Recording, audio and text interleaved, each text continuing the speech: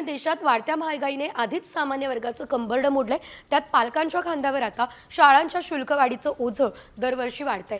मागील 3 वर्षांमध्ये देशभरातील खासगी शाळांच्या शुल्कामध्ये 50 ते 80% वाढ करण्यात आली असल्याचं एकंदरीत आपल्याला बघायला मिळतंय। यामध्ये आपण जर बघितलं तर आता एका सर्वेक्षणामध्ये ही माहिती समोर येते आणि या सर्वेक्षणामध्ये देशातील 300हून अधिक जिल्ह्यांमधील 85,000हून अधिक पालकांसोबत संवाद सुद्धा साधण्यात आलेला आहे। बहुतेक खासगी शाळा दरवर्षी 10 ते 15% शुल्क वाढवतात आणि असं असताना पालकांच्या खांद्यावरती हे फी दरवाढीचं ओझं दिवसेंदिवस वाढलं जातंय।